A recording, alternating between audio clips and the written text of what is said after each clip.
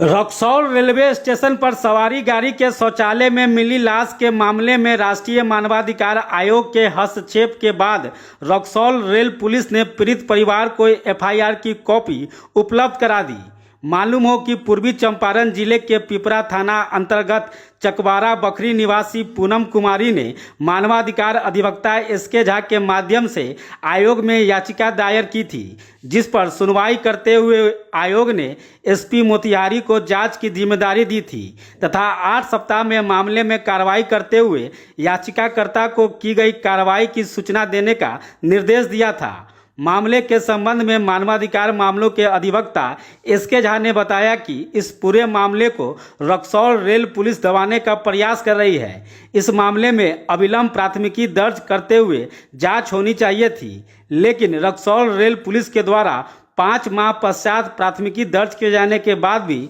FIR की copy पीड़ित परिवार को उपलब्ध नहीं कराई जा रही थी। उन्होंने कहा कि 5 माह बाद एफआईआर दर्ज करना तथा इसके बाद भी उसकी कॉपी पीड़ित परिवार को नहीं दिया जाना संदेह उत्पन्न कराता है। उन्होंने मामले में उच्च स्तरीय जांच की मांग की है। रेल पुलिस के द्वारा जो प्राथमिकी दर्ज नहीं किया जा रहा था नवंबर 2023 से ही, उस मामले में जब नेशनल ह्यूमन राइट कमीशन के द्वारा इंक्वायरी का जब आदेश दिया गया और हुआ कि एसपी मोतिहारी इस पूरे मामले की जांच करेंगे, तत्पश्चात आनन फानन में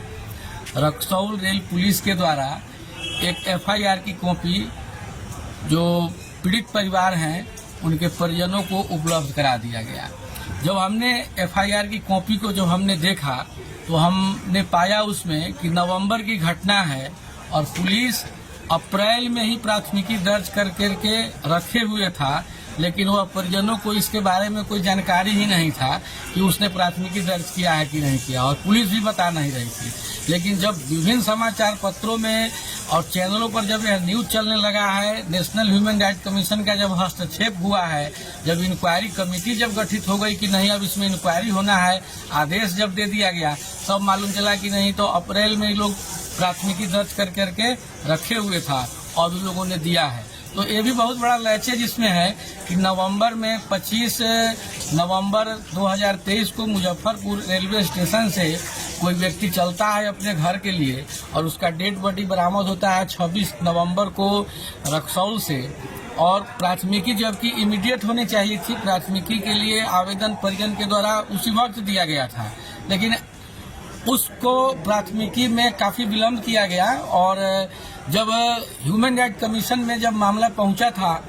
तब इन लोगों ने अप्रैल माह में एक एफआईआर 302 में रजिस्टर्ड कर दिया, लेकिन एफआईआर की कॉपी अमल नहीं कराया जा रहा था। लेकिन जब जांच कमेटी 5 महीने बाद एफआईआर करना क्या दर्शाता है? यह पुलिस की नेग्लिजेंसी दर्शाती है। पुलिस की नेग्लिजेंसी दर्शाती है कि पुलिस उसमें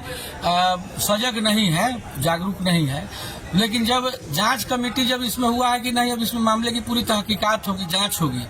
तो जब आदेश जब हो गया आयोग का, तभी लोग एफआईआर का कॉपी भी अमल कर दिए। लेकिन अब है कि अब हम लोग इसमें देख रहे हैं पुलिस की स्थिति को, पुलिस अच्छे से नहीं कार्य करती है, तो फिर हम लोग मानवाधिकार आयोग इसमें देख ही रही है। उसके बाद नहीं होगा तो हम लोग ऑनरेबल पटना हाई कोर्ट के समक्ष में भी हम लोग रिट इसमें फाइल करेंगे। परिचय हुआ एसके झा, मानवाधिकार अधिवक्ता, सिविल कोर्ट मुजफ्फरपुर।